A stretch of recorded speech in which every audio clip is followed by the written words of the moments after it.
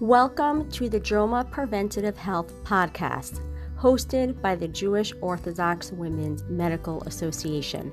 We provide you with up-to-date information on health topics geared towards the Orthodox Jewish community. This podcast content is provided for informational purposes only and is not intended as medical advice or as a substitute for the medical advice of a physician. Welcome to the Jewish Orthodox Women's Medical Association, or JOMA podcast. I'm your host, Elisa Minkin. I am a pediatrician and proud JOMA member. And I'm really honored and really excited to be interviewing Dr. Elana Dumont for the second time. And much to her credit, she dropped everything a couple hours ago to decide to do this with me in light of the situation in Israel and the rising anti-Semitism, on how to help our children, first help ourselves and then help our children cope with this crisis. Dr. Elana Dumont is trained to work with young children through adulthood, treating issues such as anxiety and depression. She also provides parent coaching to support parents in their developing strong relationships with their children. She utilizes an integrated approach using evidence-based treatments that include CBT, which is cognitive behavior therapy, mindfulness, exposure treatment, and parent management training. She also believes in the validity of psychodynamic therapy and building a strong therapeutic alliance with her clients. In addition, she works as a school psychologist at a private school in New York City. She understands the inner workings of school-related stress and can be particularly helpful in parenting strategies and developing coping skills for managing school-related anxiety and social dynamics. And she can be found at drelanadumont.com, drelanadumont.com. Welcome, Dr. Dumont. Thank you so much for joining me again. I'm so happy to be here again. Thank you for having me. I want to thank you for doing it again, but I also want to thank you for your spontaneity. All right. We literally came up with this a few hours ago. Literally a few hours ago. Yeah. Right. So thank you for your spontaneity and for your flexibility. I mean, these are really, really hard times.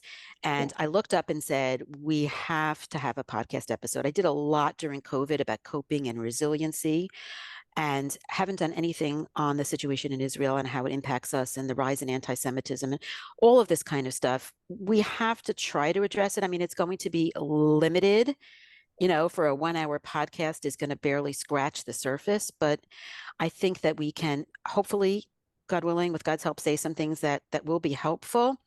And so when I looked at your bio, the end of your bio says, she understands the inner workings of school-related stress and can be particularly helpful in parenting strategies and developing coping skills for managing school-related anxiety. And I'm like, oh, well, that would be good for what's going on right now, but on steroids, please.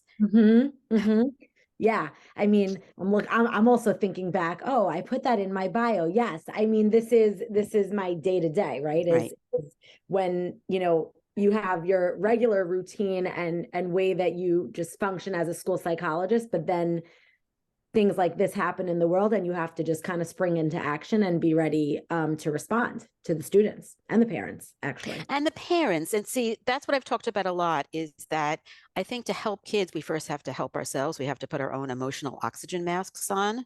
Absolutely. And so I want to let you start with that without spending too much time on it. And, you know, people can definitely look back. I may post some old talks so we don't have to, you know, reinvent the wheel on resiliency and co-regulation and that kind of stuff, but just maybe an overview. Yeah. I mean, I think, you know, it's funny how you started about COVID, because I would, God forbid, not liken this to COVID and that crisis, but I do find even myself just having similar feelings and just responses of the unpredictability of this situation. And I think that is what makes this so hard and makes any situation like that hard. Like that's what made COVID hard, especially at the beginning. We did not know how long we were going to be in that place for. And so now all the more so, Israel, something that we as Jews are so connected to, and to be in this space of what is going to happen, I think is what makes this really, really stressful for a lot of us. And again, I think because of like the heightened emotional piece to this, some of like our regular coping skills and things that we like to implement when we need in a time of stress, they may not work in the same way. I'm noticing that with myself. I'm noticing that with clients that I see, just with the people that I'm interacting with.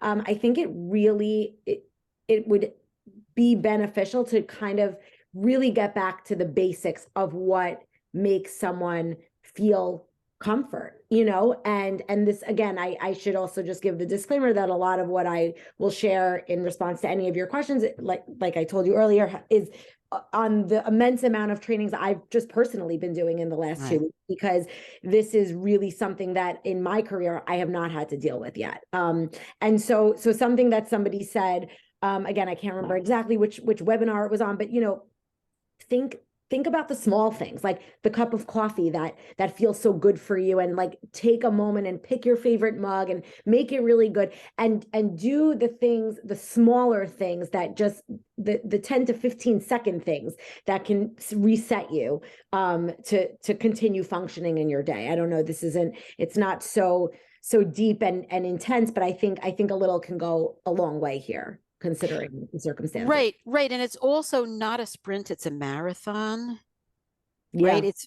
I've been told that it's different from COVID, which was a very chronic stress, and that it was very acute in the beginning, but it's acute becoming chronic. Does that make sense? It does. I think like we all had, our own personal narrative or experience of that, Yontif ended, and we all turned on our phones and, like had this really major shock sensation. And then that first day comes, and even that day was really difficult, and that first week. And now we're in this space, I think, where it's like, okay, so now we're learning to live knowing that there's this war going on in Israel. And so it does become sort of chronic, and living in a heightened state and learning how, and even saying this right now makes me feel fraudulent in a way, because we're here in America, right? And I'm, but then we think about the people actually in Israel, and I actually have a few people that I am in touch with in Israel living through this, and just thinking about the chronic aspect, from that lens, thinking about it from here, maybe it is being so far is what makes it actually really hard for us. Right. I don't want to be the American complaining. That's a really bad situation Right. to get into, but there is a certain aspect of feeling that there's nothing you can do. But I think that there is, and that's where, healthy coping comes in. Absolutely. But I think also, like, if you compare it to COVID, a lot of people were reading the news, they were reading the numbers, and that gave them a sense of control. And what are we doing here by going into the news? Is that giving us any control, or maybe something bad?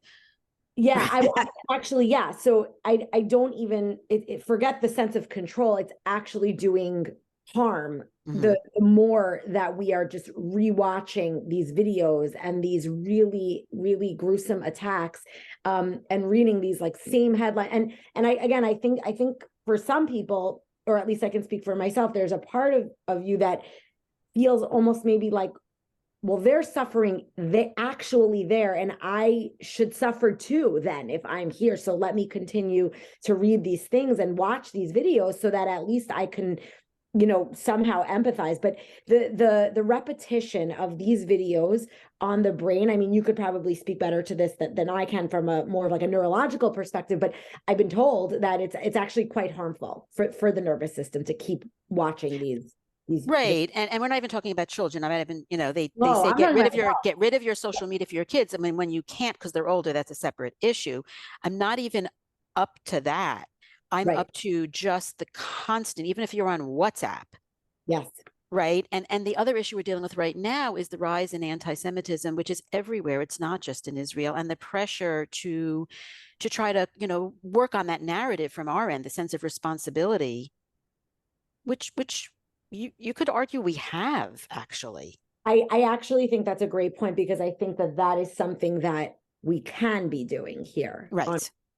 And it's interesting too to think about, just, you run the show here, but if we like whenever to seg into how we are explaining all of these events to our kids, again, that first day, and I've shared here before, I have 3 young kids. My oldest is turning 8. I did feel I needed to share something about what was happening, because they would inevitably hear it at some point. And I started the story by showing them a map of Israel, explaining where Gaza was, and making it about the fighting over the land. And then slowly over the week, it shifted to this really intense anti-Semitism. And as a parent, full transparency, I said, how do I explain this to my children? Like, I've been able to shield them from this concept until now. And it's taken on a whole new life with how intense the hatred has become here in America. So I think you bring up a really important point. Right. And it's also age appropriate. I mean, do you even have a way? Do you think they need to hear this? So I think it depends, and I don't want to get ahead of however you wanted to outline. No, we're going to say right where we are. Okay. We're going for it. We're going for it. We're talking about talking to little kids. We're going to go right into it. So I mean, my general rule of thumb is to follow their lead, right? So if they're going to ask, I'm going to answer. I do think that there's opportunity because of how we are going to explain that there's all this fighting going on in Israel. And I've gotten the question, and I know that people have been getting the question of, but why do they hate us so much? Why do these people hate us so much? And so it does come up, and there is opportunity to answer that question and introduce that idea that there are a lot of people in the world who really don't like the Jews. Right. You're making a lot of really good points, and I want to tease them apart. Yeah. Because one of the points that I wanted to get across from the beginning is what can be very hard for us to do is to talk about things to our kids when we ourselves are not holding in a good place. Yeah. And so I want to go back to that. It's kind of like the concept of co-regulation, that before we can help our kids, we have to help ourselves. Yes. And that's a really, really important point that I've been stressing to all the parents that I've been working with at the school that I work at. When we talk with our kids about anything, any really challenging, difficult topic, we need to be in a good space before speaking to them. We need to be calm. We need to be prepared, not necessarily prepared for any question that they're going to ask us, but prepared more like in a nonverbal way, in having a confident stance when we're talking to them. Because like this idea of co-regulation that you're mentioning, and I know you have many podcasts that address this, I won't go into it, but they are watching us. They're watching our response. They're watching every action and nonverbal reaction that we have, and they're seeing they're trying to learn about the world through us. So if we are going to deliver difficult news to them, we need to be ready to do that. Now, that doesn't mean that we can't have feelings about the difficult news. And all the more so, it's important that they know that we have the feelings. And the tricky piece here is to have the feelings, but to model that we are managing our feelings, or show them how we're managing our feelings. Because the one thing that you wouldn't want to happen is that your child feels that they then need to take care of you. Right. I think a lot of people also think that, when the way that a kid will develop empathy is by us saying like, oh, look how sad you made mommy feel, right? Like that's a very, even as a psychologist, I used to do that, thinking I was doing the right thing. I'm modeling emotions, and I'm letting her know she made me so sad by misbehaving or whatever it was. But really, that's just creating burden for them. And the way empathy is taught is by first helping a person understand their own feelings before they could even begin to look at somebody else. So actually, we'd want to model for them something like, I'm going to tell you something a little bit scary that's been happening, and I'm having a lot of feelings about it. You might notice that I'm checking my phone a lot. You might notice that I have some tears in my eyes. I'm feeling a little bit nervous. While I'm having these feelings, these are the things I like to do. And I can still take really good care of you, even though I'm having these feelings. I just want you to know I'm still your mom, and I'm still the mom that can keep you safe. And those are important words, because we wouldn't want our children to feel like, oh, if my mom is having a feeling, it means that I can't have needs, or my needs won't be met, because we are the people that they rely on to keep them safe. Right. That is so, so, so important. And I just want to underscore the concept of, not only is it okay for you to have your feelings, but to talk about them as a way of modeling. But you're showing us a healthy way, but you've also shown us a way that actually adds to our children's burden. Yeah. And I always want to say, it's okay to get it wrong. Absolutely. Oh my God. It's actually, I want to even go as far as to say it's important to get it wrong sometimes. It's really important to be able to go back to your kids and repair and show them that you make mistakes. I think that, a lot of times I work with parents who say to me, my children, like, they're such perfectionists, like they'll just throw that word out there. And I don't know where it's coming from. Like, I don't put the pressure on them. I tell them, get whatever you get in school. And I sometimes, like, by teasing things apart, it comes out that, you have a parent who just, a kid looks at their parent as Superwoman or Superman, right? You could be doing nothing but just tying your shoes, and you do it so swiftly while they're struggling with learning how to tie shoes or button a sweater. It could be as simple as that. They don't know that we mess up. So for us to go back to them and say, I made a mistake with something I said before, I yelled at you this morning, and that was really because I was having a stressful morning that really had nothing to do with you. That's really important. That's how they learn that, oh, my feelings can get really big sometimes, and we're all learning how to handle them.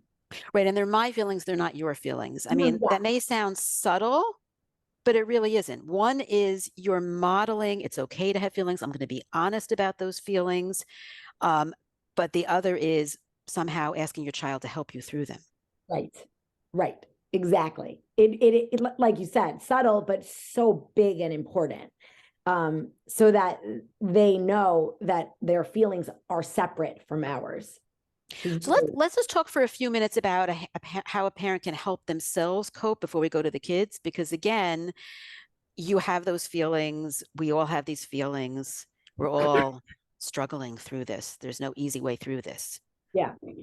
So I think, like I just said before anything else, recognize a feeling, like name the feeling, accept that you're having the feeling. I can't even like tell you the amount of people that say to me, like in a session, or, I just like, I don't know why I'm feeling this way, or like, why can't I get it?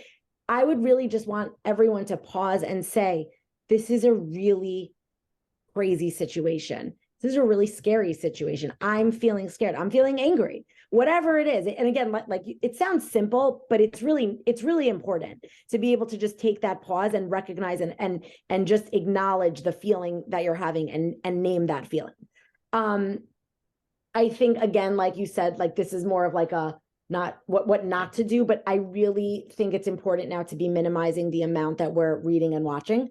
Of course we want to stay up to date. I'm not denying that personally. Like I'm no better than anybody else. But I think it's not, it gets to the point of unhelpful, and more stress inducing that becomes impairing for people.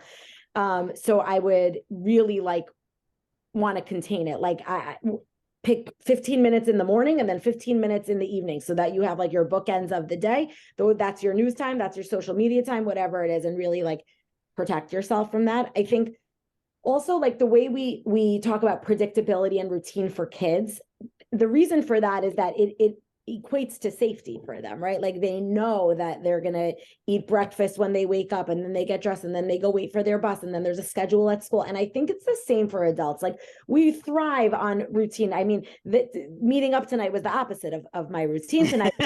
the important, thank you though. Anyone who really knows me knows that like we're approaching my bedtime soon, but I've had to stretch myself, for the current situation. But, I think overall you do still want to stick to like a relative routine. I mean, again, I think that with, because of the COVID situation, like, that was what made that so hard, was because everyone had to really like start these new routines. We were all just staying home.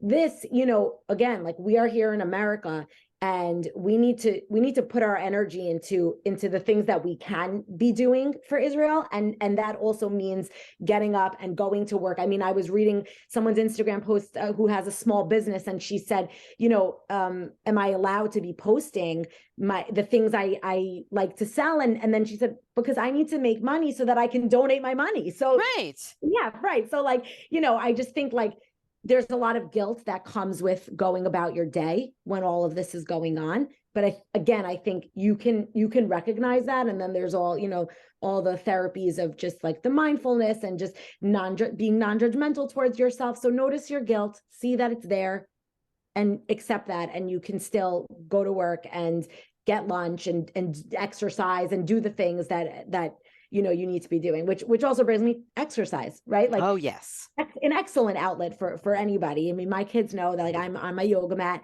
and that's my thing, and that's my time. And lastly, I think, just the piece about the lack of control. So like, that is what induces a lot of stress and anxiety. And so, I mean, I've been so blown away by the things that people have been doing, but I think that is such an empowering thing and something that you can absolutely take control of. Pack boxes, donate, supplies, and write letters to the soldiers. Like, these are the things that you can do that are really powerful actions to alleviate some of the intense feelings that we're experiencing. Right. And do them with the children. Oh, yes, absolutely. And the children have been doing amazing things. Every school, every shul has been having youth events. I was at the one locally for the kids. It was beautiful. And again, like, this is such an opportunity to teach, activism to the kids and strengthen the connection to Israel right now. Right. These are very positive coping techniques. You can't underscore enough how much giving helps, and the unity and the davening, all the things that we do.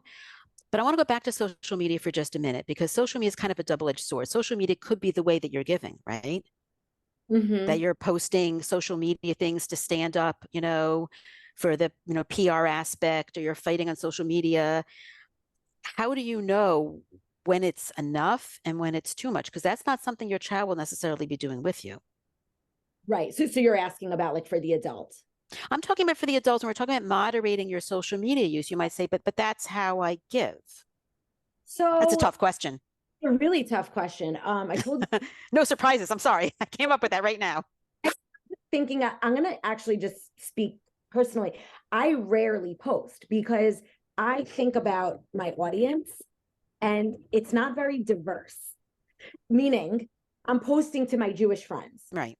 So in that sense, I don't find it super necessary for me to be reposting every single video and headline that I'm seeing, right? So that's like one piece that I always think about in terms of, like, well, should I be, like, posting all these things, right? I know that I don't have this audience that's, like, all over the country, and that I'm going to be, I guess if everybody said that, then nobody would post anything, right? But I guess that's where I'm able to sort of find my boundary in that sense. Right, but for everybody's different. Everybody's functioning and coping in different ways. And some of those ways, it may be easy to bring the children in, and some it might take you away from the children. That's kind of what I'm getting at. Okay, yeah. I love what you just said, because I know that whether war or no war, our devices are always taking us away from our children. Right.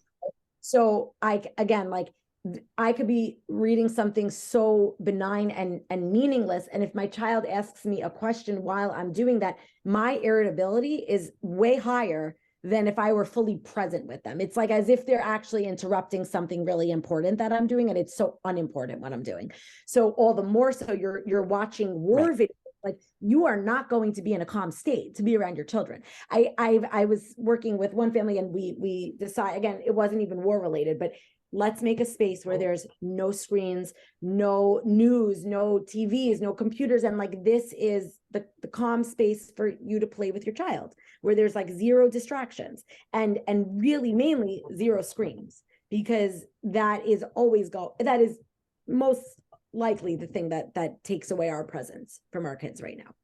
Right. I'm talking about a trickier situation. That's all really good information, but I'm talking about a trickier situation where your coping techniques, say you're more of an advocate kind of person, and you are working day and night for the klal on your phone, making phone calls. I'm just saying, like, how do you moderate that? I think maybe to be aware that you still have to have healthy boundaries. I mean, this is always an issue for some people, right? Yeah. I mean, I guess if I'm thinking about what's my goal here right now, is to think about how we're best helping our kids. So if that is an inevitable, which I'm not sure if that's what you're saying or not, but let's say it's an activist, and this is where her work is, right? Which I actually fully respect that. Right. I would name that for the kids. And that would be the way that I would recommend handling it. And to really get a focused, present conversation with them to say, this is going to be a time that I am going to be on my phone. If you see me on my phone, you are right. You don't have all of me right now. And I would name that for them so that they never feel that it is their fault in any way, that you're kind of being distracted. And then to balance that, you know, even if it's 5-10 minutes, I tell this to parents all the time, give the kid the 5-10 minutes Right. of the no phone, right? Fill them up at a different time to counter it. Right. And also to be honest with yourself that maybe this is what you're doing because you are trying to cope, and it may have gone over the edge from what's appropriate for you in your particular situation, for your children, right? For your family situation. I'm just throwing it out there because I know everybody's coping in different ways. I want to take a few minutes to talk about when you're not coping. What can you do? Like seek help, you mean? Yeah, I'm talking about the adult. I mean, how would you know when you're really not coping in a healthy way, and what can you do about it? Because it can't be that everybody is managing to stay in a healthy enough space. It can't be. Yeah, I think that's a really good and also tricky question, because again, the nature of this particular situation is so different than most traumas that people are experiencing. And again, everyone's experience is literally different when it comes to this, meaning there are the people who have been here in America this whole time. There's people who were there for Sukkot and got back or couldn't get back right away, right? And had the experience of going into bomb shelters. And then there's the people that are in Israel, literally living through it on the ground.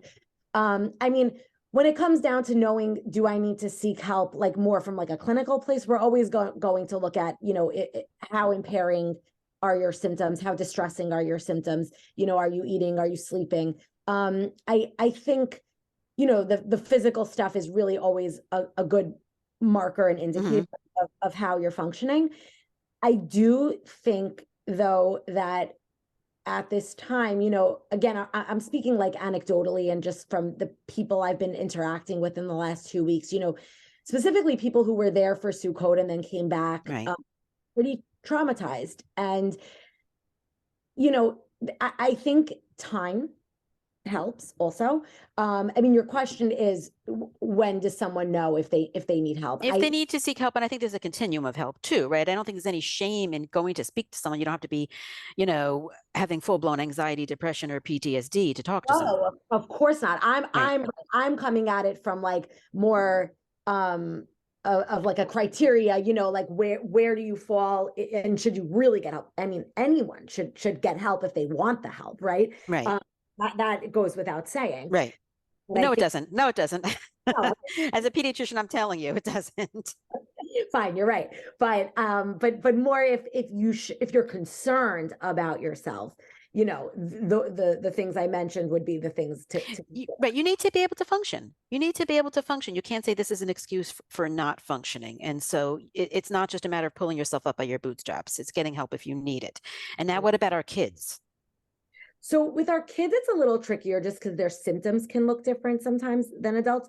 But same things that I just said, if you notice a major behavior change in your kid, appetite changes, sleep changes, those real basic functioning changes, then I would tune into that. I also would pay attention to kids who have any predisposed anxiety. If they're more prone to anxiety or depression or have experienced a trauma in the past, this would be a time that I would tune into them more. And yeah, I think, and then with like really little kids, their play is a window into their whole world, right? So if they're, if their play is getting really aggressive, that doesn't necessarily worry me. And it actually doesn't worry me at all. I think it's just showing you, oh, they're thinking about this, right? So I would really pay attention to the play to help them process, not necessarily because you're saying, oh, like there are guns in their play now and there's a lot of blood that they keep talking about. I actually like wouldn't really worry about that. But I would want to get on the floor with that child and really process it with them. So yeah. That's really helpful. I want to go back over talking to kids because we did a lot of all the ground setting, right? About us. We talked a little bit, and I want to work in social media and different ages because, the best thing to do is to keep your child away from social media for as long and extensively as possible. And then they get older. Yes. Yeah. So I'm with you. I think hold off on those phones for as long as you possibly can. I overheard my daughter say to my mother, I don't think my mom's ever getting me a phone. And I said, yeah. Yes, she is right. Right. I said, okay, this is working. But she's how old? I'm sorry. She's what? Gonna be 8. Yeah. So but no, it's scary. I think that, for the younger kids, like we're saying, we can shield them a bit because of that, right? I will tell you that my daughter does see me on my phone and will say, did something happen? Did you see something? Can you tell me what's happening? Related to Israel, because like I said before, I did say to her, you're going to notice me checking my phone more. But when it comes to the older kids, I think this would be, I say this to parents all the time, war or no war, you have every right and should be monitoring your child's phone, your teenager's phone. I think that can absolutely be a family rule and a condition of giving your child a phone and social media. I think that the other really important message to reinforce when it comes to social media and phones with teenagers is, and this is also just about like going on the school bus and going to school every day and just interacting with kids, but you're going to see and hear a lot of information, and I want you to come to me and ask me and tell me what you're seeing, because we can't shield those kids. That's right. So I think it's appropriate to have access to have their passwords to be able to check everything that you're able to. But I think that the more important message is that you should really be having conversations with them about whatever it is that they're seeing. Well, let's go into that a little bit about the conversations. Now I'm talking about the older kids. So beyond 8, we're talking about, preteen, a teenager. Yeah. Yeah. Because these are going to be some real hard conversations. So do you mean specifically related to the war, or specifically related to the war? Yeah. So teenagers and anti-Semitism as well. Mm-hmm. Okay. So with teenagers, like we have to assume that they know, because whether it's and this is why I think it needs to come from us, because if it doesn't, the school bus, right, phones, their friends, want like 120%, they are going to be hearing everything. So to preempt it with a conversation about you being honest with them, that you will tell them and answer any questions. Now, it doesn't mean that you need to then go telling them every gruesome detail, but that they should feel that they could ask you anything that's on their mind. I think the hard thing with teenagers also is that they are experiencing a lot of emotions regardless at their developmental stage of life, right? And they are also at a place in their life that I think empathy is possible, right? Like a little kid, we are really trying to help them develop that skill. But by the time they're teenagers, they really do have that ability to put themselves in someone else's shoes.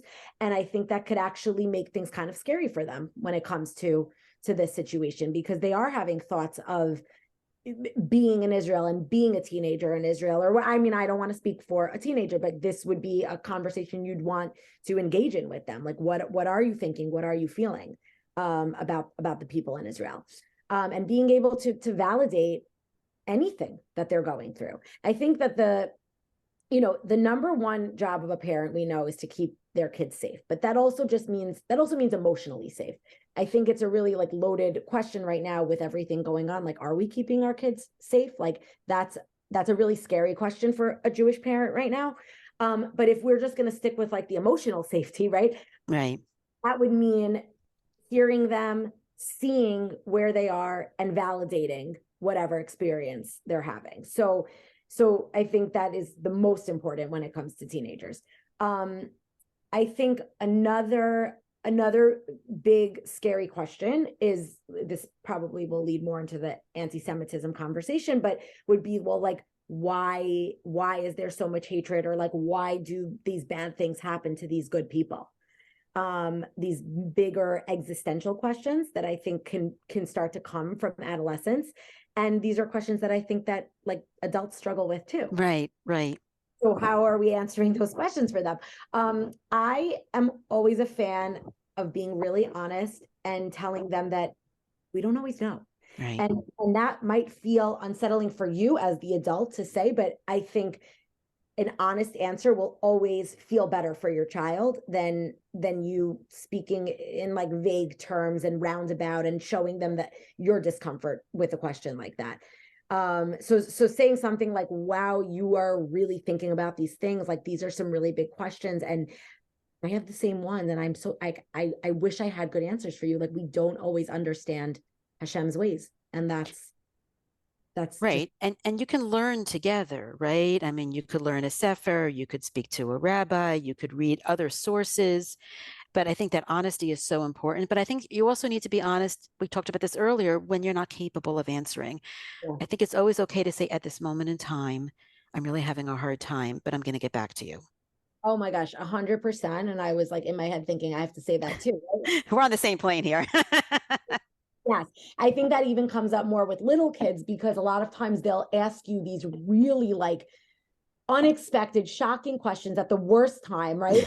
And so you want to, so it is always permitted to look at them and say, that is an amazing question, and I am going to get back to you. And then you really do need to get back to them. But it is always fine to go consult or ask someone else, what do I say, right? Or Google even, but always, that is so much more genuine and will feel so much better to them than a fake answer. Right. And also saying to them, hey, I struggle with that too. Yes, absolutely. That's fine. That's honest. Mm-hmm. That can be hard though. I think it's hard because I think that we also as parents feel like we always have to have the answers, and that we always need to fix everything for them, which actually makes me, I wanted to add that on earlier. Yes. You know, where when our teens are struggling especially during this time, you know, we want to provide safety and comfort, but we don't need to remove these feelings from them. Right. Well, this is where, and again, I don't want to be repetitive to the other podcast, but there you go. I know where you're going. This is where resiliency comes from, right? Like right. This is where confidence comes from. This is where all those good things that we want for them, like, you know, this is where we build those muscles. So if, you know, it's hard to watch our kids struggle right. with these questions and with these really scary things happening in the world right now.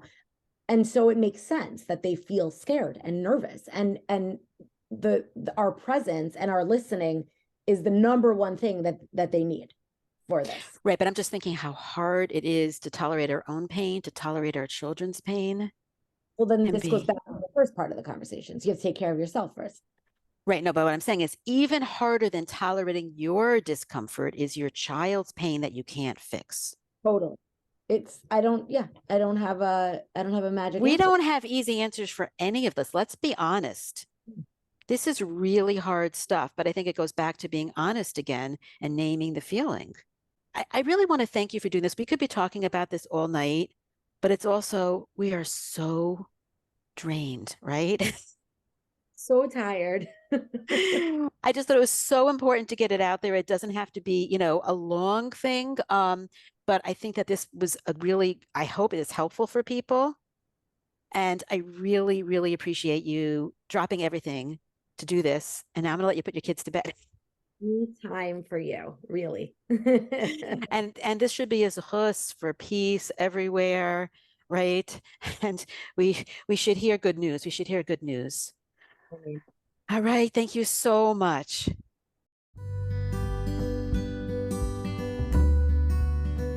Thanks for listening to the JOMA Preventative Health Podcast. If you've enjoyed this, please rate and review us on Apple Podcasts and share this with your friends. For more information, check out our Instagram at JOMA_org. Check out our website, www.joma.org, that's JOWMA.org, or email us at health@joma.org.